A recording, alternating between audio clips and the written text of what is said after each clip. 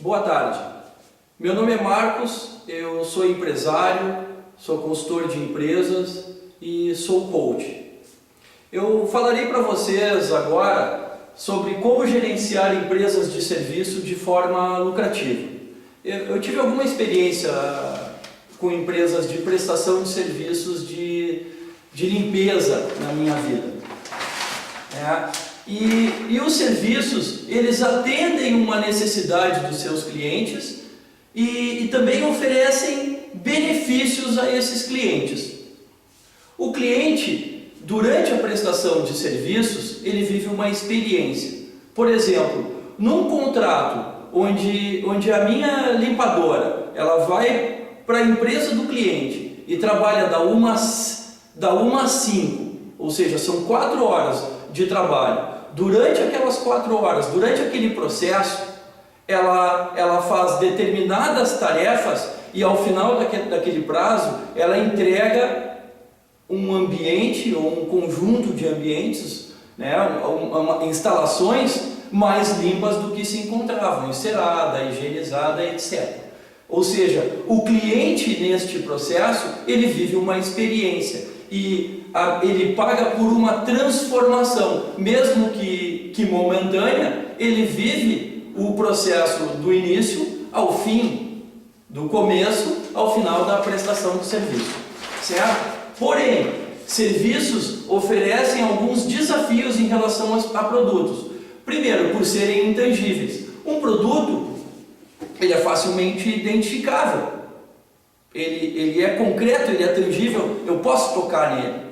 É claro, e já deixo claro isso, que na entrega do meu produto ou do meu serviço, eu posso oferecer um laço de fita, um enfeite, a cereja no bolo. E posso também, além de oferecer este diferencial, aumentar a satisfação, eu posso surpreender o meu cliente. Eu trago isso para a prestação de serviços, que também é possível de ser oferecido esse diferencial e surpreender o cliente. Porém, deixo claro já que eu preciso conhecer muito bem o cliente para oferecer essa surpresa para ele. Ou seja, quais são as diferenças entre serviços e produtos principais?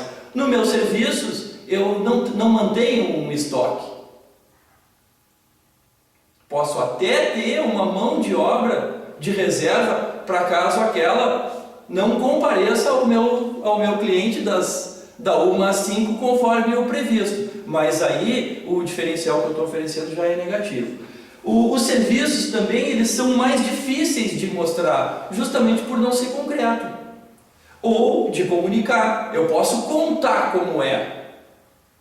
Eu posso até te contar, por exemplo, que aquele cliente ontem ficou muito satisfeito, ficou surpreso com o serviço que a funcionária ofereceu para ele na tarde de ontem, certo? Mas eu estou conversando, estou falando sobre aquilo, não tenho como mostrar. Talvez por isso muita gente hoje aproveite, talvez não, eu tenho muita segurança que hoje as pessoas aproveitam para aproveitar depoimentos de seus clientes. Seguindo aqui, são mais difíceis também os serviços de padronizar ou automatizar a produção. Já citei, quer dizer, a minha funcionária vai para o cliente e na forma como nós trabalhávamos nesta empresa de prestação de serviço de limpeza, normalmente era o mesmo funcionário, até porque já interagia, muitas vezes o próprio cliente indicava o funcionário da sua preferência ou selecionava entre alguns que a empresa oferecia, mas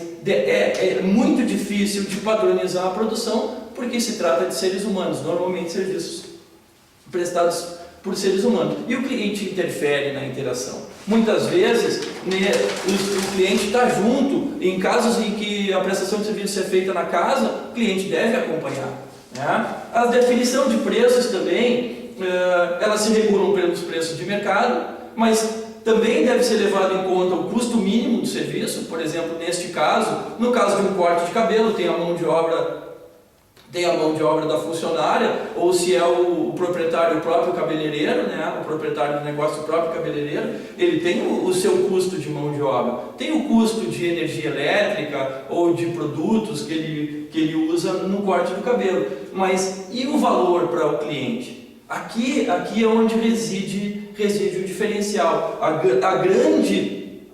o grande elemento para influenciar nessa decisão do cliente, ou seja, quanto melhor o benefício pelo melhor preço que eu ofereço para o cliente, eu vou ter esse diferencial em relação ao mercado.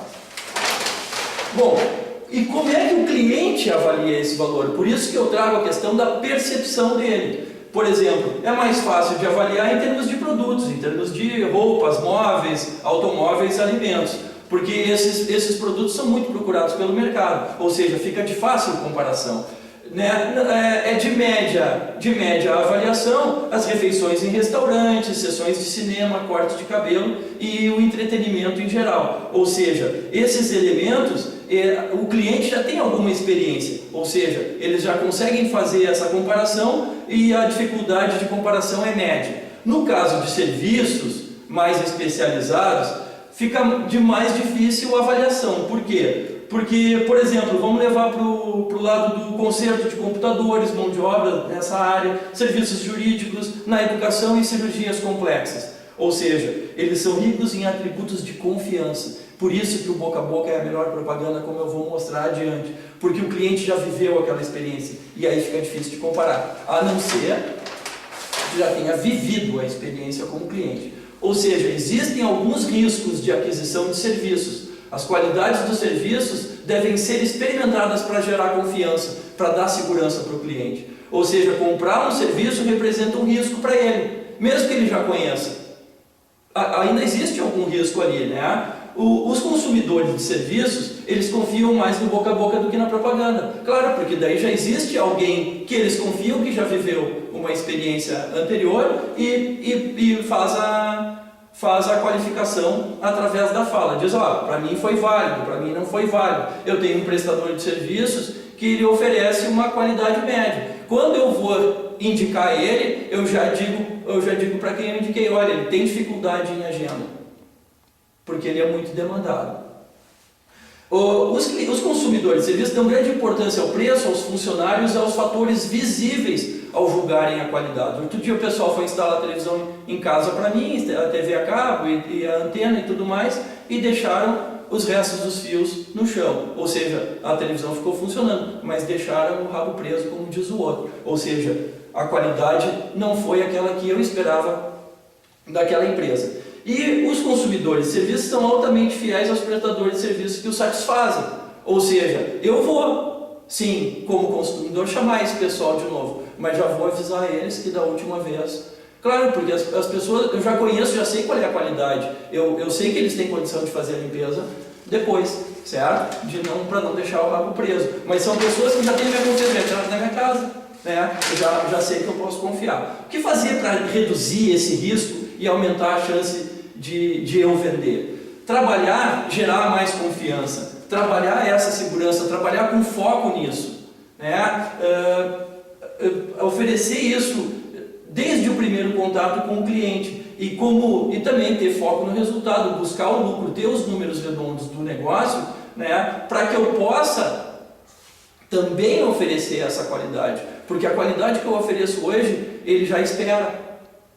Ele tem o meu serviço hoje, ele espera esse padrão, na próxima vez eu tenho que dar melhor, no mínimo igual. Ou seja, qualidade é promover o melhor serviço para o cliente, e aí vale a pena eu conhecer ele, né, saber com quem eu estou lidando, para uma determinada pessoa oferecer o que ela valoriza, para outra o que ela valoriza, né, pelo menor custo possível, o lado da eficiência relacionado com a qualidade, para não ter desperdício, para ter mais lucro, para gastar menos tempo com o meu serviço e do meu cliente. Espero que tenha sido clara a palestra e desejo boa tarde a todos.